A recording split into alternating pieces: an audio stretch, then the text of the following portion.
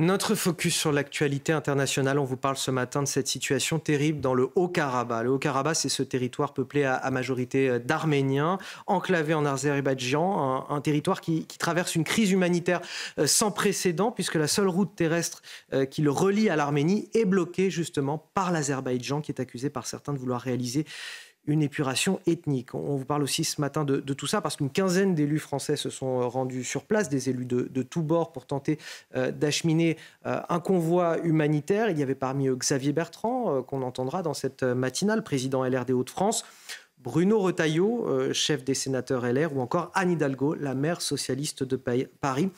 L'aide humanitaire n'a pas réussi par ailleurs à être acheminée. On en parle avec vous, Harold Iman. Tout d'abord, que se passe-t-il concrètement dans cette région qui semble d'ailleurs beaucoup moins émouvoir le monde que la situation actuelle en Ukraine? Oui, alors c'est une guerre peut-être moins spectaculaire, mais tout aussi douloureuse pour sa population, et cela dure à divers degrés depuis les années 90, et ça s'est particulièrement réchauffé en 2020. Et donc, si on regarde sur la carte, on comprendra ce que c'est qu'une enclave. C'est une toute petite partie de territoire où c'est peut-être la taille un peu plus grosse, environ dans la Corse, on va dire. Et là-dedans, vous avez 120 000 Arméniens. Il n'y a plus du tout d'Azéris ethniques qui y habitent, et ils sont encerclés depuis la guerre de 2020. Alors, ils étaient adossés à l'Arménie, parce qu'ils sont arméniens aussi, mais ils sont encerclés par l'armée azerbaïdjanaise qui a fait une attaque vraiment très très puissante en 2020 avec l'aide de la Turquie notamment, et maintenant ils sont interdits de passage, de circulation avec l'Arménie qui serait vraiment l'endroit normal pour eux de bouger, et puis maintenant on essaye de bloquer le passage de la nourriture, donc ça commence à s'apparenter à... Bon, le mot est lâché, il y en a qui évoquent le génocide, parce que si vous privez une population de médicaments et d'électricité et de nourriture, eh bien, ça s'appelle comme ça. Et vous voyez sur la carte, le corridor de Lachin, c'est ce petit endroit vers lequel les élus se sont dirigés venant depuis l'Arménie, et ils n'ont pas pu traversé. Et tout ce qui est en jaune a été conquis en 2020 par l'armée de l'Azerbaïdjan avec l'appui massif de la Turquie. Merci à vous, Harold Iman. Nous sommes en direct avec Ovanes Gevorkian. Bonjour, merci d'être avec nous ce matin en direct. Vous êtes le représentant du Haut-Karabakh en France. Est-ce que vous pouvez nous décrire aujourd'hui la situation humanitaire sur place dans le Haut-Karabakh? Bonjour monsieur. D'abord, un grand merci de votre invitation, avec plaisir bien entendu. La situation est tragique parce qu'il a été décrit depuis 9 mois, l'Azerbaïdjan a décidé de bloquer l'unique route qui relie le Haut-Karabakh à l'Arménie et donc au monde extérieur. Rien n'entre dans ce territoire et les sorties des personnes sont extrêmement restrictives. C'est une forme de camp de concentration parce que nous ne pouvons y entrer ou y sortir librement. L'Azerbaïdjan assiège et donc organise cette famine au Karabakh parce que les nourritures, les médicaments sont interdits.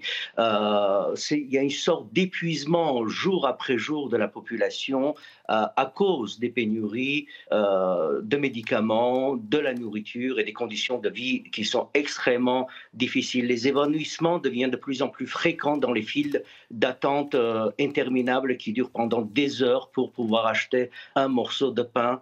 Pas de médicaments dans les pharmacies. Les carburants manquent. Les femmes enceintes n'arrivent pas à aller consulter leur médecin parce qu'il n'y a pas de transport public faute de carburant. Tout simplement, cela indique d'une manière intentionnelle, l'Azerbaïdjan organise une situation, en tout cas crée des conditions qui va nécessairement conduire à la destruction partielle ou totale des Arméniens du Haut-Karabakh. C'est précisément dans cette logique que certains experts ont qualifié la situation de crime de génocide en cours organisé par l'Azerbaïdjan, comme par exemple l'ex-procureur en chef de la Cour pénale internationale ou l'ex-conseiller du secrétaire général de l'ONU pour les crimes de génocide. Hovhannes Gevorkyan, qu'attendez-vous aujourd'hui de la communauté internationale qui semble ne pas beaucoup réagir à cette situation ? C'est très simple, monsieur. Prévenir cette situation, c'est-à-dire alléger les souffrances de la population, ne pas laisser que l'Azerbaïdjan arrive à ses fins. Dans un temps très court, il faut percer ce blocus ou par un pont aérien et arriver à apporter des médicaments et des vivres de première nécessité si on ne veut pas que ces 120 000 personnes meurent sur place. Et dans un second temps, peut-être dans un temps moyen, il faudrait prendre sous une protection internationale les Arméniens du Haut-Karabakh, parce que laisser face à l'Azerbaïdjan, nous voyons jour après jour que cette population arménienne n'a aucun avenir à l'Azerbaïdjan, parce que cet État organise sa mise à mort, tout simplement. Merci à vous, Hovhannes Gevorkyan, d'avoir accepté de témoigner sur notre antenne ce matin. Je le rappelle, vous êtes le représentant du Haut-Karabakh en France. Harold Iman, un mot rapidement, vous vouliez dire ? Non, je voulais dire que les Européens sont un peu paralysés parce que Vladimir Poutine a quelques centaines de soldats là-bas qui parfois aident le passage de denrées, mais voilà, Poutine n'est pas en odeur de sainteté, c'est le moins qu'on puisse dire, donc personne n'accourt vraiment au secours des habitants du Karabakh. Michel Taube. C'est pour ça que c'est l'honneur de la France de s'impliquer avec ces personnalités françaises qui sont allées sur place. Emmanuel Macron, qui dans Le Point, il y a quelques jours, a eu des mots très forts pour être aux côtés des Arméniens, donc il faut pousser, soutenir, et c'est encore une fois l'honneur de la France de le faire. Michel Taube, Amaury Brelet, Harold Iman, merci d'être avec nous ce matin sur le plateau de CNews. On revient dans quelques minutes.